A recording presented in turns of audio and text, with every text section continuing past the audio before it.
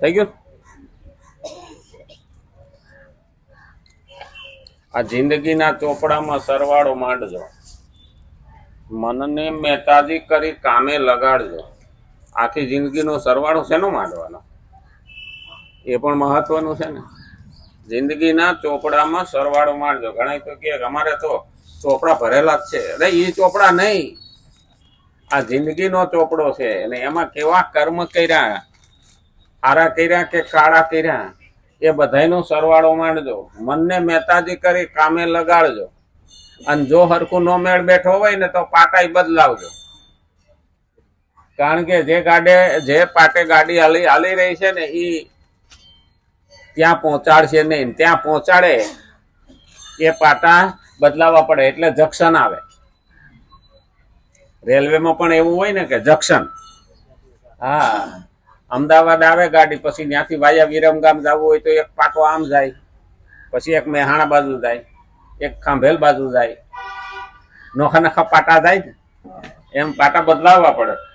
હા, પછી ખાંભેલ જાય ને બહુચરાજી રોકાઈ જાય તો વાંધો નહીં, પણ પછી બીજે વયો જાય તો ઉપાધિ થઈ જાય. ખાંભેલ ને રસ્તે જ આવે ને બહુચરાજી. હા,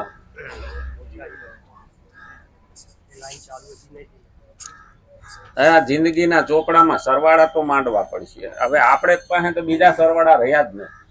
આપણે તો હવે ભગવાનના માટેના કર્મના હવે એક ને એક હાલ્યો જતો હોય તો પછી એમાં સરવાળો માંડીએ કે ન માંડીએ, આપણું લખાણ તો ચાલુ જ જાય. કારણ કે સંસારમાં ધ્યાન ઓછું અને ભગવાનમાં ધ્યાન વધારે. એને વાનપ્રસ્થિ કહેવાય. 58 વર્ષની ઉંમર પછી એમાં લાગી જ જવાનું. આપણને 24 કલાક મળ્યા છે, એમાંથી આપણે 2 કલાક કાઢીએ તો બહુ થઈ.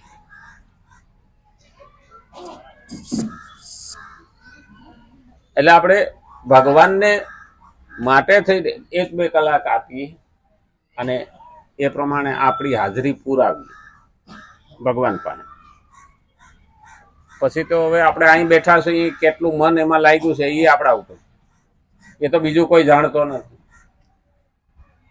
અને એ મનમાં ગ્રહણ કરીએ, નહીતર આપણે કામના એ તો ચાલતું જ રહેવાનું. શ્રીમદ ભગવદ્ ગીતા 3જો અધ્યાય 30મો શ્લોક આપણે જોઈએ છીએ, ગઈકાલે જોતા હતા કે તેમને પોતાની માનીને મનુષ્ય પ્રાપ્ત વસ્તુઓનો યોગ્ય રીતે સદુપયોગ નથી કરતો, બલકે તેમને પોતાની માનીને પોતાને માટે તેમનો ઉપયોગ કરવા તેમજ પ્રાપ્ત વસ્તુઓમાં મમતા તથા અપ્રાપ્ત વસ્તુઓની કામના કરવા લાગે છે. અહીંયા આપણે કાલ પહોંચ્યા હતા. હવે પ્રાપ્ત વસ્તુ એને પકડી રાખે અને અપ્રાપ્ત એટલે જેની મળ્યું નથી એની કામના, એટલે ઈચ્છા કર્યા જ કરે. હવે આ બે ગળમથલ હાલતી હોય, એક છે એને સાચવવાની અને એક નથી એની ઈચ્છા કરવાની. આ બે હાલે એટલે ત્રીજો ભગવાન આવે નહીં. તો શું કરવું? ત્યારે તે જન્મ અને મરણના બંધનમાં પડી જાય છે. ત્યારે આવી કામના અને મમતા રાખે તો એ જન્મ અને મરણના ફેરામાં પડી જાય. આ બંધન એને લાગુ પડે. શું કરવા? કારણ કે કામના રાખી એટલે કે ઈચ્છા પૂરી ન થઈ તો ભગવાન કે લે તારી ઈચ્છા પૂરી થાય આખું પાછો જન્મ લે. અને મમતા રાખી તો તું એને મૂકી શકતો નથી, જા પાછો હાંસવા હાટું જા. પછી ઊંધેડો કરે, કૂતરોય કરે, એમાં કઈ નક્કી નહીં.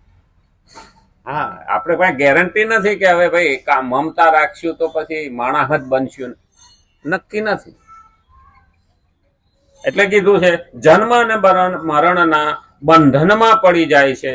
વર્તમાનમાં જે વસ્તુ, વ્યક્તિ, પરિસ્થિતિ, ઘટના, યોગ્યતા, શક્તિ, ઇન્દ્રિયો, મન, પ્રાણ, બુદ્ધિ વગેરે મળેલા દેખાય તે પહેલા પણ આપણી પાસે ન હતા અને પછી પણ સદા આપણી પાસે રહેશે નહીં. આ બધું આપણી પાસે નહોતું, આ તો જૈનમાં પછી આવ્યું અને મરશું એટલે વયું જાય. આ બધું કઈ રહેવાનું નથી. ઇન્દ્રિયો પણ પછી કામ કરવાની નથી. ઘણાને એવું લાગે આ ક્યાં વહી જાય, અરે આમાંથી આત્મા વહી ગયો એટલે ના હાથ કામ કરે, ના પગ કામ કરે, ના આંખ કામ કરે, ના કાન કામ કરે, કશું જ નહીં. આપણે ગામડામાં તો હું દિવાળી હળગાવીને આંખમાં જોવે, જો પ્રતિબિંબ ના પડે તો માની લેવાનું પતી ગયું, હવે આમાં કાંઈ નથી. એટલે આંખ પણ જોઈ શકે નહીં. આ બધી ઇન્દ્રિયો ભગવાન કે જ્યાં સુધી તારામાં આત્માનો વાસ છે ત્યાં સુધી, પછી ને. અને એટલે જ કીધું તે પહેલા પણ આપણી પાસે ન હતા, આપણી પાસે પહેલા નતા, જૈનમાં એટલે આવ્યા, અને મરશું પછી રહેશે નહીં, અહીં મૂકીને જ જવાનું. કઈ લાવો ભાઈ કે મને હાથ બહુ વાલા છે તો 2 હાથ લેતો જાવ. એ તો ભગવાન કહે કે તને 2 હાથ આપીને મોકલો તો, 2 હાથ આપીને મોકલો તો, પણ હાથનો ઉપયોગ ત્યાં કર્યો નહીં, હારામાં ઉપયોગ ના કર્યો, એટલે શું થયું? 2 બોનસમાં પગ આપ્યા, 2 તો હતા. હવે હાથનો સારી રીતે ઉપયોગ ન કર્યો હોય ભગવાન કે લે હવે 2 બોનસમાં પગ લેતો જાય, એટલે હાથ લઈ લે. હાથ લઈ લેની પાછળનો જ હેતુ છે કે 84 લાખ યોનીમાં આપણને એકને જ હાથ મળેલા છે, બીજા કોઈને મળેલા નથી. આ ભગવાનની કૃપા છે આપણા ઉપર. વાંદરાને હાથ જેવું છે પણ હાથ તરીકે ઉપયોગ કરતો નથી. ચિંપાજી એ રીતે ઉપયોગ કરતા નથી.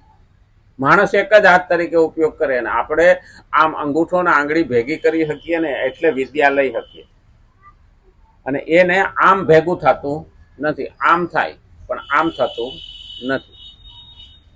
આ સરસ્વતીની ઉપાસના છે. હાથ વિના લખાતું નથી, અને એમાંય કાંડું ન હલે તો સરસ્વતી આવતી નથી. આ કાંડું પણ હજળબંબ હોત ને તો મેળ બેહત નહીં. આપણે ઘણી વખત આપણે જ બીજાને હજળબંબ કરી દઈએ. અને એટલે કીધું કે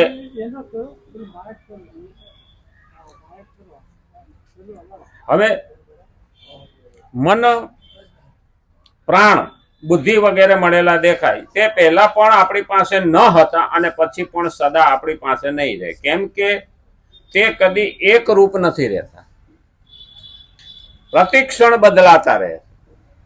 આ અંગો પ્રતિક્ષણ બદલાતા રહે.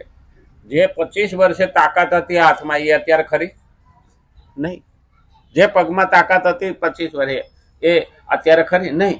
અંગમ ગલિતમ પલિતમ મુંડમ દસન વિહીનમ જાતમ તુંડમ વૃદ્ધો યાતિ ગૃહિત્વા દંડમ. આ બધું ગળતું જાય ને એટલે હવે તો ઢેચણ વાળીને બેહવામાં તકલીફ પડે. ત્યારે સમજી લેવાનું કે આપણે જયારે જુવાન હતા ત્યારે કઈ કર્યું નથી એટલે અટાણે આપણને નડે છે. હા, ઘણા ને ઢેચણ વળતા હોય ને તોય ખુરશીમાં બેસતા હોય, એટલે ભગવાન કે આ ખુરશીને લાયક જ છે, એટલે પછી ઊભા સંડાસ કરાવવા પડે. કારણ કે એ ઢેચણની તકલીફ ઘુસાડ દે. કારણ કે ખુરશી આવે ને એટલે માણસના પગ ઢેચણ વળવાનું બંધ થઈ જાય. ઢેચણ વળવાનું બંધ થાય ને એટલે ભગવાન કે હવે તું આમનામ જ રે, તથાસ્તુ. હા, અમારા ગિરનાર છે ને એ હિમાલયનો દીકરો છે, એને પગ નહોતા અને પાંખું હતી. તો ત્યાં દરિયામાં બહુ મોટી ખાઈ હતી, એટલે ઋષિ તપ કરતા હતા એની ખાઈ માં ગાય પડી ગઈ. એટલે ગાયના દૂધમાંથી આખી રાતમાં ગાય તરીને ઉપર આવી, એટલું દૂધ વહેતું થયું. અને એવી દંતકથા છે. તો એ ગાયને ઋષિ ગોતવા નીકળ્યા ને એટલે આવી રીતે તરતી હતી ને એટલે એને કીધું કે આ ખાઈ હું રેવા દઉં નહીં. એટલે હિમાલય પાસે ગયા, તારો એક દીકરો મન દે. હવે એની નોખી નોખી ટૂંક હતી, એમાં એક ગિરનાર હતો કે તું ત્યાં જા. મને એકલા ન ફાવે કે મને તો કુટુંબમાં મજા આવે, હું ત્યાં એકલો પડી જાય કે માન નથી જાઉં. મનાવીને લઈ ગયા, અહીંયા લઈને આવ્યા, આમાં મૂક્યો તો હવા થયું ને તો દરિયામાં ઘૂસી ગયો ડહડા. અને ઋષિએ પાછી સમાધિ ચડીને કીધું ડારો દીધો, હવે ધ્યાન રાખજે પાછો લાવીને બેહાડ્યો ખાઈમાં. ખાઈ તો પુરાઈ ગઈ જો, પણ ઋષિ સવારમાં સૂર્યને અર્ઘ આપે ને એટલે આમ વાંકો વળી અને કોઈ તો ઉભો રહ્યો એટલે સૂર્ય મોડો દેખાય ને, હા ગોઢલી વળીને રહ્યો એટલે મોડો દેખાય. એટલે ઋષિ સૂર્ય કિરણ નીકળ્યા પછી સૂર્ય દેખા પછી અર્ઘ આપ્યો એટલે વિચાર કર્યો કે આ મારો બેટો હકણો નહીં, કે હવે તથાસ્તુ આમ જ રહેજે, હવે આમ જ રહેજે, ના બેઠો થઈ શકે ના ઊભો થઈ શકે, સોટી ગયો. તેદીનો ગિરનાર એ રીતે ગોઢલી વળેલો હોય ને એ રીતે છે. એટલે અંબાજીની ટૂંક ઊંચી, પાછી ગોરખનાથની ટૂંક નીચી, અને તે પછી દત્તાત્રેયની ઊંચી. આની રચના એ રીતે થઈ. એટલે કીધું કે ભગવાન પાસે આપણે નથી માંગતા ને તો પણ આપણને ભગવાન કહે કે તું એ રીતે રહી શકતો નથી ને તો તથા તું આમ ને આમ રે. હા પછી ખુરશી દેવા જ રહીએ, હા પલોઠી વાળીને બેસી શકીએ નહીં. પલોઠી વાળવાનો પહેલો હેતુ છે કે જે આપણામાં નેગેટિવ ચક્ર છે, 7 ચક્ર છે આપણા ઉપરથી માંડીને નીચે સુધીના, છેલ્લું ચક્ર નેગેટિવ છે, નકારાત્મક. જ્યારે પલોઠી વાળીએ ને ત્યારે એ ચક્ર લોક થઈ જાય, એટલે બ્લોક થઈ જાય પલોઠી વાળવાથી. અને એમાંય પદ્માસન વાળે તો સહેજે એની અસર ન થાય.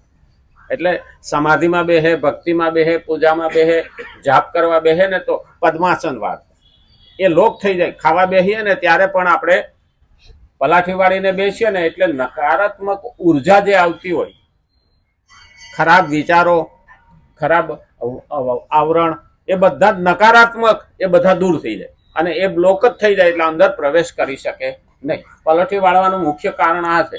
પછી ઢેચણ ઊંચો રાખવો હોય તો ઢેચણીઓ આવતું, હા એમાંય જેને તકલીફ નસોની હોય ડાબી બાજુ રાખે ને જેને પાચનની તકલીફ હોય એની જમણી બાજુ ઢેચણીઓ રાખે. એનાય પાછા પ્રકાર છે કે ઢેચણીઓ રાખવું. હવે તો કારણ શહેરવાળાને તો ઢેચણીઓ શું છે એ જ ખબર નથી.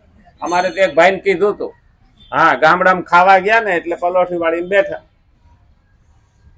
એટલે બેને અંદરથી રોહડામાં કીધું કે ઢેચણીઓ ફાવશે, તો કે આપો ભાવશે ખાઈશ કે.